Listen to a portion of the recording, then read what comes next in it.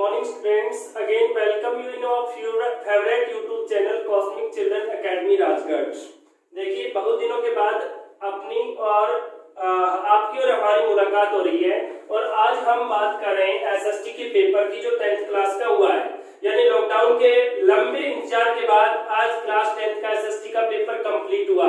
और इसके साथ ही मैं आपको बता दूं पेपर का पैटर्न क्या रहा, पेपर इजी था हार्ड था इसके बारे में, और इसके अलावा पेपर में कौन कौन से क्वेश्चंस पूछे गए, कौन से क्वेश्चंस का आंसर क्या होगा, इन सब के बारे में। देखिए बहुत सारे स्टूडेंट्स को, हम ये कह सकते हैं मोस्टली सभी स्टूडेंट्स को बहुत बेसब्री से इंतजार था इस पेपर का कि पेपर कैसा होगा, पैटर्न क्या रहेगा। तो देखिए शुरू करते हैं आज का हम पेपर क्लास 10th एसएसटी, और आज की डेट में हुआ 29 को, और पेपर सॉल्यूशन किया जा रहा है यहाँ पे।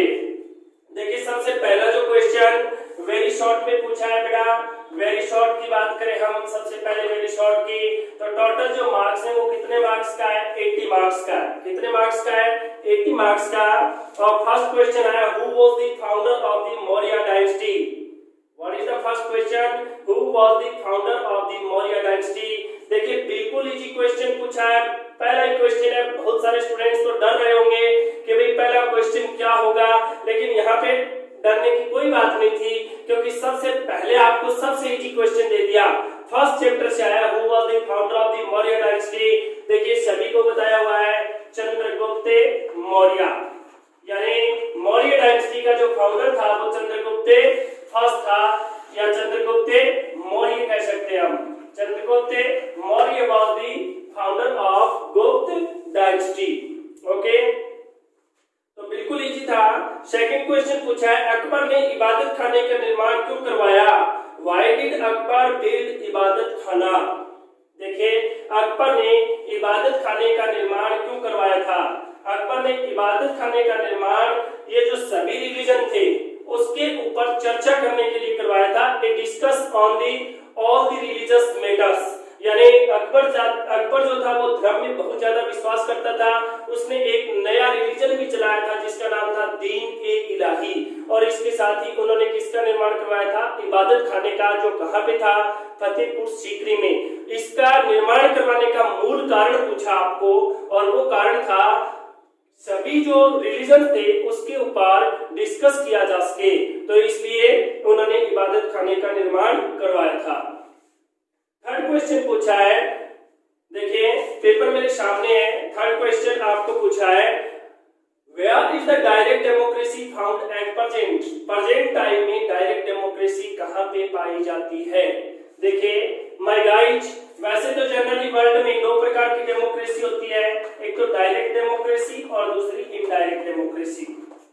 देखिए डायरेक्ट डेमोक्रेसी आज के टाइम में पॉसिबल नहीं है, सभी स्टूडेंट्स को पता है। आज डायरेक्ट डेमोक्रेसी है वो नहीं पाई जाती। डायरेक्ट डेमोक्रेसी बहुत ही कम क्षेत्र में पाई जाती है, और इसका जो आंसर है वो स्विस के कुछ कैंटोन्स में पाई जाती है। स्विट्जरलैंड जो देश है उसके कुछ कैंटोन्स हैं, उसमें क्या पाई जाती है, डायरेक्ट डेमोक्रेसी पाई जाती है। यानी स्विस के कुछ कैंटोन्स में डायरेक्ट डेमोक्रेसी पाई जाती है। अदरवाइज वर्ल्ड में मोस्टली क्या मिलती है,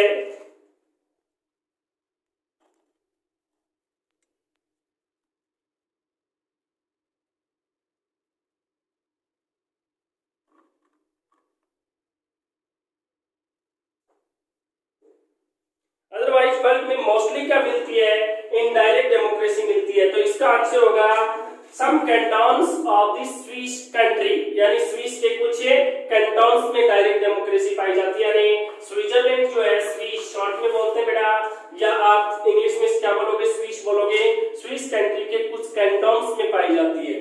तो कितने क्वेश्चन हो गए, 3 क्वेश्चन हो गए। क्वेश्चन नंबर 4, 2011 की पॉपुलेशन सेंसस के अनुसार सबसे अधिक जनसंख्या वाला यानी most populated state in India कौन सा है। बिल्कुल इजी क्वेश्चन पूछा है, किसी को कोई भी दिक्कत नहीं होनी चाहिए। सबसे ज्यादा पॉपुलेशन किसकी है बेटा, यूपी की है। किसकी है, यूपी की। लगभग कितनी है, 20 करोड़ के लगभग है, यानी 19 लाख और 80,000 यानी 20 लाख की क्या है, लगभग है। I am sorry 19 lakh and 80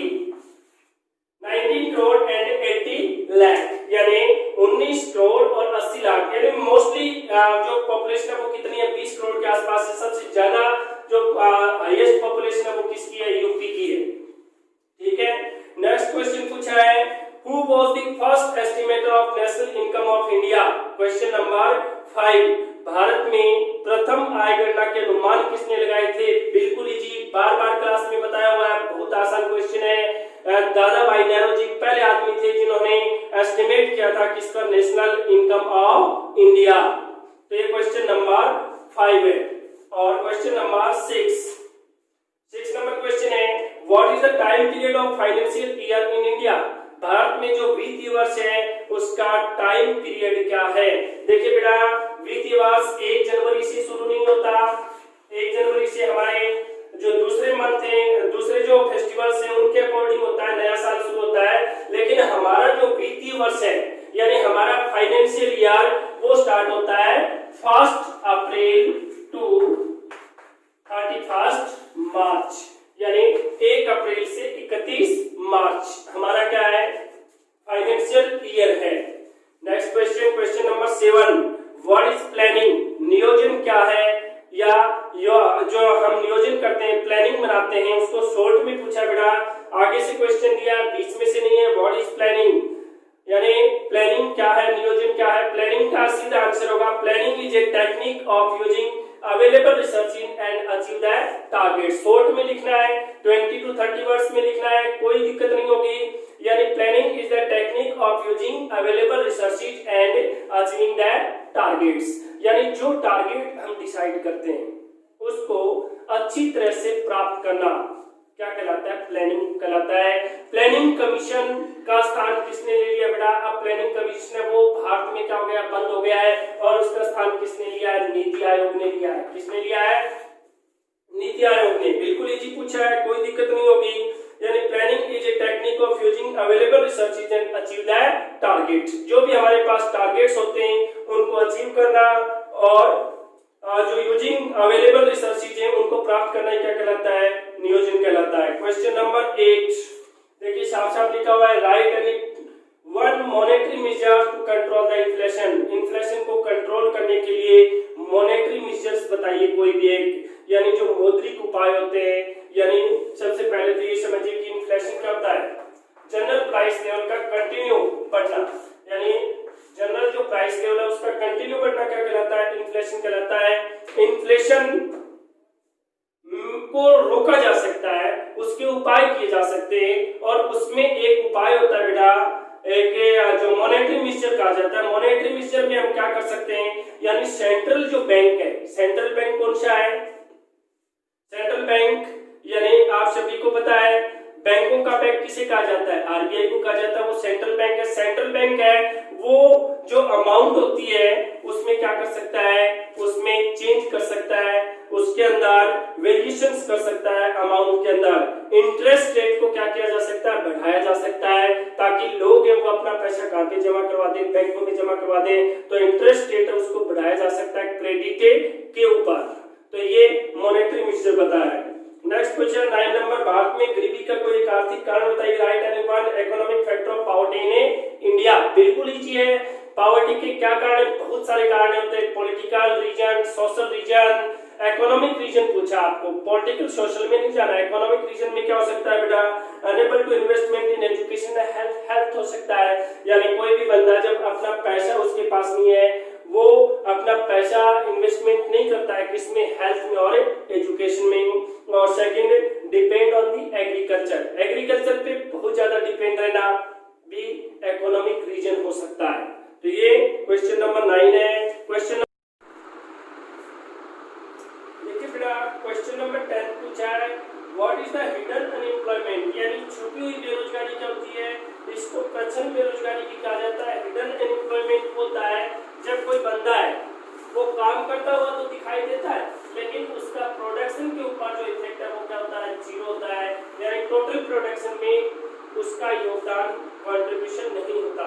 और इस प्रकार की जो बेरोजगारी है वो जनरली कौन से सेक्टर में पाई जाती है, एग्रीकल्चर सेक्टर में पाई जाती है। अब मान लीजिए काम की जरूरत है 10 बंदे की, एक खेत है, एक फार्म है, और उसमें लगे हुए 15 घर वाले सारे। अब वो काम है वो 5 नाशबंदी कर सकते हैं, और 10 दिन वो एक्स्ट्रा लगे हुए, यानी ऐसा जनरली किस में होता है, एग्रीकल्चर सेक्टर में होता है, तो इससे क्या कहा जाता है, हिडन अनएम्प्लॉयमेंट कहा जाता है, यानी बंदा काम करता हो तो दिखाई देता है बट उसका टोटल प्रोडक्शन के ऊपर जो इफेक्ट होता है वो क्या होता है, जीरो होता है। तो ये क्वेश्चन नंबर कौन सा पूछा है, 10th पूछा है। अब आपके 1 मार्क्स वाले क्वेश्चन क्या हो गए बेटा, कंप्लीट हो गए। Next 11 number question, you want to contest the assembly election of your state. अब असेंबली इलेक्शन में आप लड़ना चाहते हो, देखिए थोड़ा सा घुमा करके उसके क्वेश्चन को बिल्कुल लीजिए, कोई दिक्कत नहीं है। आप राज्य विधानसभा का या असेंबली का चुनाव लड़ना चाहते हैं, आपके लिए नेसेसरी क्वालिफिकेशन क्या होगी। अब बिल्कुल आसान है, यानी नेसेसरी क्वालिफिकेशन क्या होगी। अब इसमें आप ये मान सकते हो कि आपको एमएलए की क्वालिफिकेशन लिखनी है, यानी मेंबर ऑफ लेजिस्लेटिव असेंबली का चुनाव लड़ने के लिए जो योग्यताएं वो क्या होनी चाहिए, इसके बारे में तो बिल्कुल इजी है। He should be a citizen of India, वह भारत का नागरिक होना चाहिए। चाहे कोई भी चुनाव लड़े, हम उससे पहले सबसे बड़ी जो क्वालिफिकेशन है वो क्या होती है, ये होती है he should be a citizen of India. और एमएलए का चुनाव लड़ने के लिए जो मिनिमम एज है वो कितनी होनी चाहिए बेटा, 25 इयर्स होनी चाहिए। ये बहुत बड़ा फैक्टर है, यानी आपकी एज कितनी होनी चाहिए, 25 इयर्स। 25 इयर्स से कम है तो आप चुनाव नहीं लड़ सकते। और इसके अलावा वो बैंकक्रप्ट नहीं हो, उसके ऊपर कोई भी केस आउट नहीं चल रहा हो, वो जो कानून है एडमिनिस्ट्रेशन है उसकी नजर में क्या हो, सही हो। अब क्वेश्चन नंबर 12, केंद्र सरकार के द्वारा right the names of any 4 water project run by the central government. Central government के द्वारा कौन कौन से प्रोजेक्ट चलाए जा रहे हैं, उन्हें 4 प्रोजेक्ट के नाम लिखिए। बहुत सारे प्रोजेक्ट हैं वो चलाए जा रहे हैं, जिसमें बाखरा नागल प्रोजेक्ट है वो स्टेट गवर्नमेंट का नहीं है बेटा, सेंट्रल गवर्नमेंट का है। इसके अलावा दामोदर वैली प्रोजेक्ट है सेंट्रल गवर्नमेंट का, हीराकुंड डैम प्रोजेक्ट है, कोसी परियोजना है, टिहरी प्रोजेक्ट है। ये सारे प्रोजेक्ट किसके हैं, सेंट्रल गवर्नमेंट के। तो इसमें आपको कोई 4 लिखने थे, Bhakra Nangal project, Damodar valley project, Hirakud और कोसी या टिहरी। ठीक है। Question number 13, what are the commercial crops. व्यापारिक फसलें क्या हैं। देखिए अलग अलग टाइप्स होते हैं एग्रीकल्चर के, यानी जो हम फसलें वो 3 प्रकार की होती हैं, रबी, जायद और इसके अलावा तीसरी जो होती है वो होती है खरीफ। अब इनमें यदि टोटल का हम वर्गीकरण करें फसलें खाने के आधार पर, तो एक होती है कमर्शियल क्रॉप्स, व्यापारिक फसलें। कमर्शियल क्रॉप्स वो होती हैं जो ओनली फॉर शो की जाती हैं कमर्शियल पर्पज के लिए, यानी किसान ऐसी फसलों को बोने का उसके पीछे जो मेन टारगेट होता है वही होता है, वो मार्केट में सेल आउट करना चाहता है और ज्यादा से ज्यादा प्रॉफिट कमाना चाहता है। यानी इस प्रकार की फसलों का किसान है वो घर पे यूज नहीं करता, ऐसी फसलों को वो मार्केट में जाकर के क्या करता है, सोल्ड आउट करता है। तो ये व्यापारिक फसलें कहलाती हैं। इसमें आगे पूछा है कोई 2 व्यापारिक फसलों के नाम बताइए, तो 2 व्यापारिक फसलें, तो उसमें क्या जाएगा, शुगर केन आ जाएगा, गन्ना। अब शुगर केन है वो व्यापारिक फसल है, इसके अलावा टोबैको है वो भी क्या है व्यापारिक फसल है। इसके अलावा दूसरी आप बहुत सारी फसलें वो लिख सकते हैं, जैसे राइस नहीं है, टी है, तो टी है वो भी एक व्यापारिक फसल है। तो व्यापारिक जूट है, कपास है, तो ये सारी क्या है व्यापारिक फसलें। अब देखिए question number what is the metallic mineral, right any 2 examples of ferrous metal minerals. अब इसमें आपको पूछा मेटालिक मिनरल्स क्या होते हैं। मिनरल्स 2 प्रकार के होते हैं, मेटालिक एंड नॉन मेटालिक। लोह धातु खनिजों को 2 उदाहरण दीजिए, यानी कोई 2 फेरस मेटल मिनरल्स के बताने जिनमें लोहे का अंश पाया जाता है। मेटालिक मिनरल्स होते हैं जिसमें मेटल हो, जिसमें कोई ना कोई मेटल धात्विक खनिज पाया जाता है, जिसे कॉपर है, आयरन है, जिंक है, तो ये सारे क्या है मेटालिक है। और इसके अलावा जो पत्थर होता है, ग्रेनाइट है, ये जो मार्बल है, ये सब किस में आता है, अधात्विक खनिज की श्रेणी में आता है, जिसमें धातु का अंश नहीं पाया जाता है। इसके अलावा फेरस मेटल मिनरल्स के 2 उदाहरण लिखने हैं जिनमें लोहे का अंश पाया जाता है, जिसमें आयरन होता है, मैग्नीज होता है। तो लोहा धात्विक खनिज भी होते हैं, फेरस एंड नॉन फेरस, यानी धात्विक खनिज भी 2 प्रकार के होते हैं, फेरस एंड नॉन फेरस। और आपको एग्जांपल्स किसके पूछे, फेरस यानी जिसमें लोहे का चांस मिलता है, यानी जिसमें जो मैग्नेट है वो क्या करता है, अपनी ओर अट्रैक्टिव करता है। अब question number 15, cotton textile industry in India in trouble. Bharat में कॉटन टेक्सटाइल है वो संकट में है, इसके पक्ष में दो कोई कारण लिखिए, यानी कॉटन टेक्सटाइल है वो संकट में क्यों है। एक तो बेटा रॉ मटेरियल है उसकी कमी है, दो ही पूछे आपको, थोड़ा आप एक्सप्लेन कर देना, मैं आपको शॉर्ट एंड स्वीट में बता रहा हूँ। एक तो unavailability of A raw material, इसके अलावा मॉइस्चर की भी कमी रहती है, यानी हर जगह एस्टैब्लिश्ड नहीं हो सकता। लेबर की भी क्या होती है, कमी होती है, यानी लेबर पावर भी नहीं मिलता है। और 16 number, describe the national population policy of year 2000 in short. 2000 की जो पॉपुलेशन पॉलिसी है, राष्ट्रीय जनसंख्या नीति 2000, इसके ऊपर एक संक्षिप्त लेख लिखना, आपको छोटा सा नोट लिखना है। तो इसमें 2000 की जो जनसंख्या नीति थी, इसमें क्या क्या प्लानिंग की गई, तो राष्ट्रीय जनसंख्या नीति 2000 जो है उसमें एक तो क्या किया गया, फ्री एजुकेशन, 14 ईयर्स तक के चिल्ड्रन को फ्री एजुकेशन दी गई।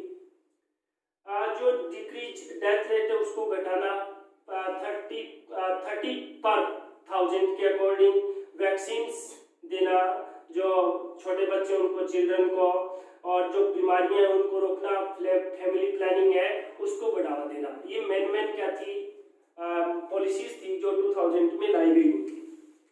सड़क दुर्घटनाओं को give any false suggestion to prevent road accident. Road accident को कैसे रोका जा सकता है, कि रोड सेफ्टी वाले चैप्टर शायद बिल्कुल ही है, रोड एक्सीडेंट को कैसे रोका जा सकता है, तो ये आप कर सकते हो, बिल्कुल इजी पूछा है। तो रोड एक्सीडेंट के फेवर में लिखने, रोड एक्सीडेंट नहीं हो, सॉरी, इसके फेवर में लिखना है।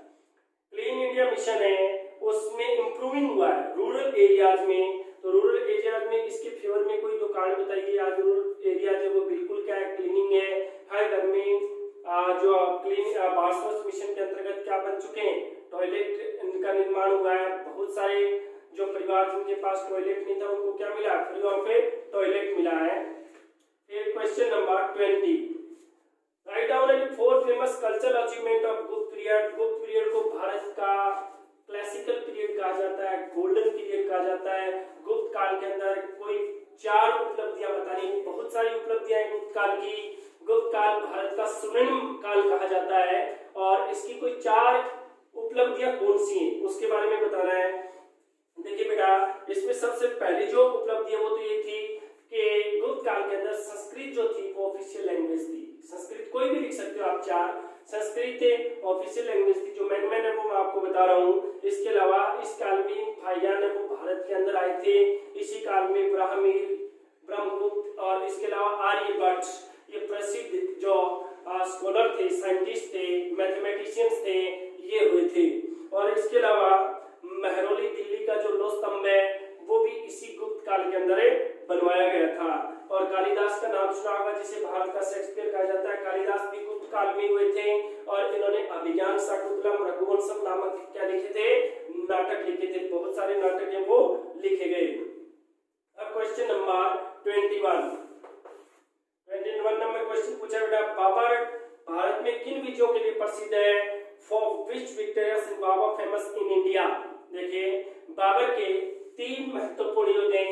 1526 में पानीपत का प्रथम युद्ध, और 1527 में खानवा का युद्ध जो राणा सांगा और बाबर के बीच हुआ। पानीपत का प्रथम युद्ध इब्राहिम लोदी और बाबर के बीच हुआ। तो ये दोनों युद्ध फेमस हैं। तीसरा जो युद्ध है 1528 में मेदिनी राय के बीच और बाबर के बीच हुआ, जिसे चंदेरी का युद्ध कहा जाता है। और तीनों युद्धों में बाबर की क्या हुई, जीत हुई। तीनों युद्धों में बाबर की क्या हुई, जीत हुई। 1526, 1527 और 1528। 26 Panipat, first battle of Panipat, और सेकेंड खानवा। इसके अलावा जो बेटा थर्ड बैटल था उसको चंदेरी बैटल कहा जाता है, बैटल ऑफ चंदेरी।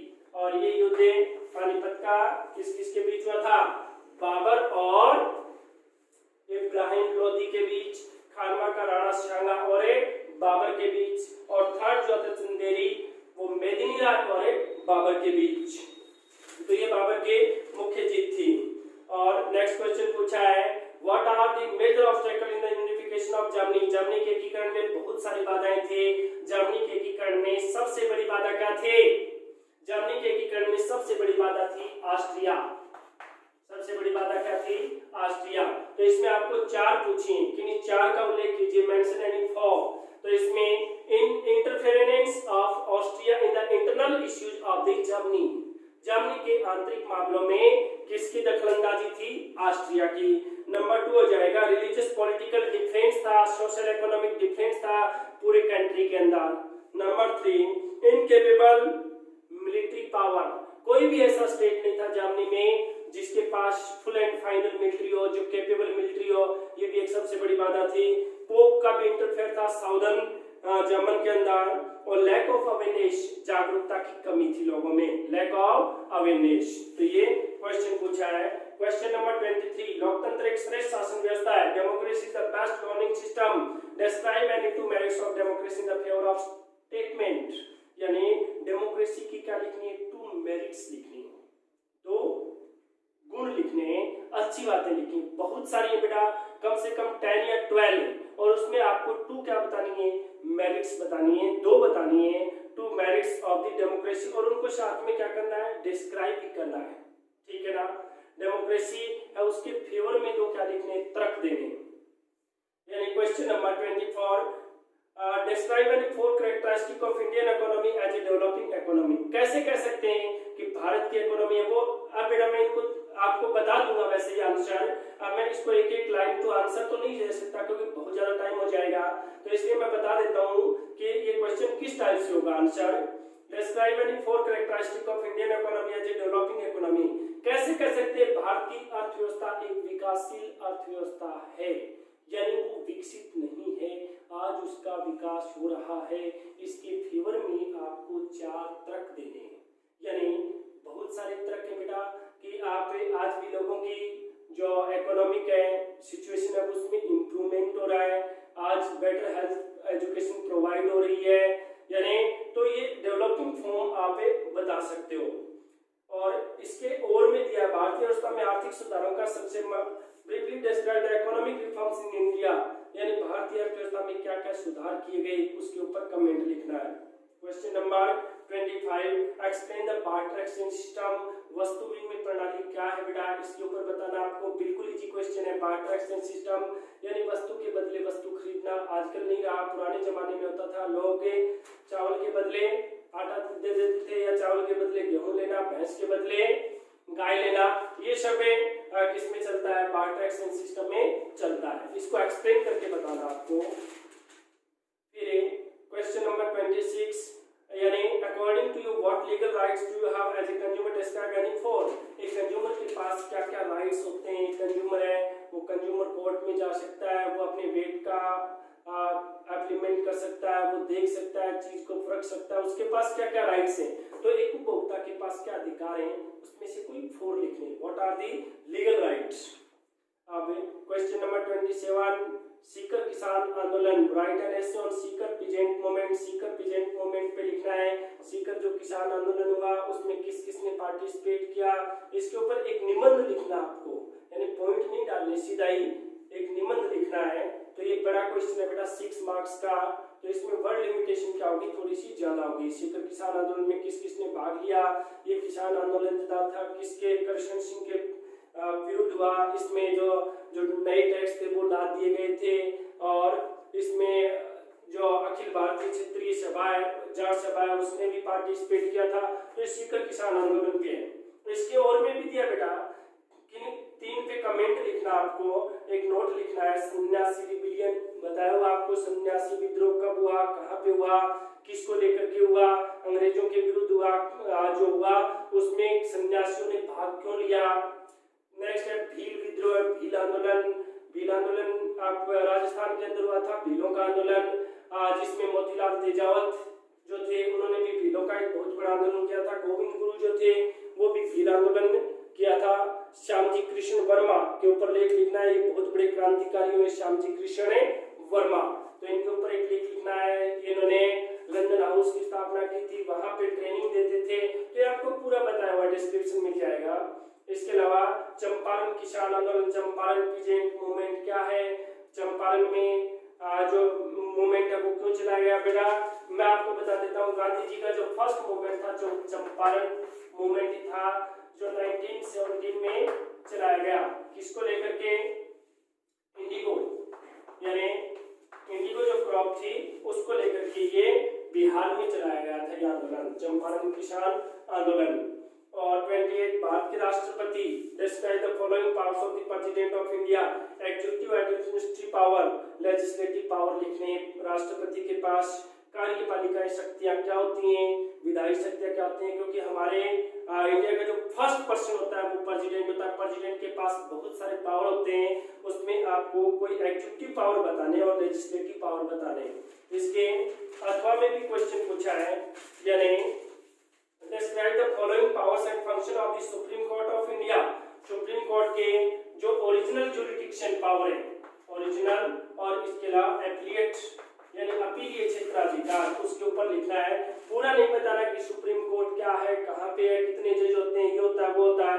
आपको ओनली टॉपिक पे जाना है, यानी ओरिजिनल जुरिडिक्शन क्या होती है, सिंगल ओरिजिन और सिंगल जुरिडिक्शन यानी वो क्षेत्रीय अधिकार जो ओनली फॉर जिसमें सुनवाई कहाँ पे हो सकती है, सुप्रीम कोर्ट। तो सुप्रीम कोर्ट किस किस की सुनवाई करता है तो उसके ऊपर लिखना है। और इसके अलावा अपील, कौन सी अपील की जा सकती है सुप्रीम कोर्ट में, वो एप्लीएट जुरिडिक्शन है, उसके ऊपर भी आपको लिखना है। क्वेश्चन नंबर 29 देखिए, लास्ट में चल रहा है बेटा 29 नंबर क्वेश्चन, ये भी 6 मार्क्स का है। Explain the powers and function of the state council of minister, यानी जो स्टेट काउंसिल ऑफ मिनिस्ट्री होती है, जो मंत्री परिषद होती है राज्य की, जैसे राजस्थान की है, राजस्थान में जो मंत्री हैं जैसे गोविंद सिंह डोटासरा है, वो एक मिनिस्टर है। इन मिनिस्टर्स के पास क्या क्या पावर्स होते हैं, उन पावर्स का आपको क्या करना है, बताना है, फंक्शन वो कैसे कार्य करते हैं, ये पॉइंटों में लिखना बेटा, एक एक पॉइंट डाल करके और फिर उसके आगे एक्सप्लेन करना है, ठीक है। और इसमें और में भी पूछा है, explain the formation of state legislative council. State legislative council जो होती है राज्यों के अंदर, कई राज्य ऐसे हैं जिनमें 2 हाउस हैं, यानी बाइसेम्ब्रियल जो प्रोसेसिंग होती है, बाइसेम्ब्रियल में स्टेट लेजिस्लेटिव काउंसिल होती है और लेजिस्लेटिव जो असेंबली होती है, विधान परिषद और विधानसभा। और इसमें फॉर्मेशन पूछा आपको लेजिस्लेटिव काउंसिल का। राजस्थान में लेजिस्लेटिव काउंसिल है नहीं है, 7 स्टेट्स है, 7 स्टेट्स, उसमें क्या है, लेजिस्लेटिव काउंसिल है। तो इसके बारे में आपको बताना है, लेजिस्लेटिव काउंसिल क्या होती है और लेजिस्लेटिव असेंबली।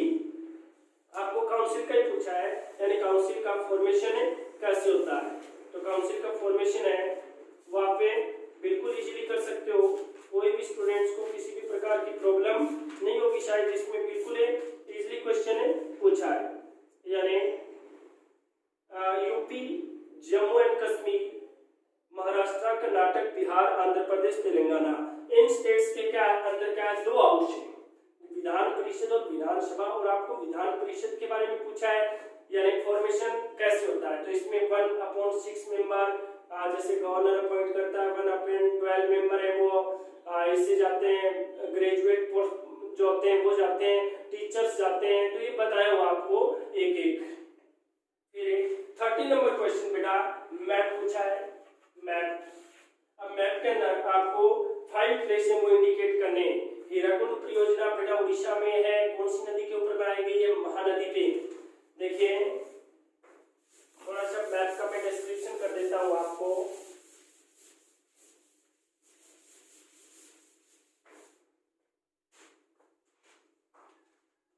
देखिए इस प्रकार से मैप था आपके पास।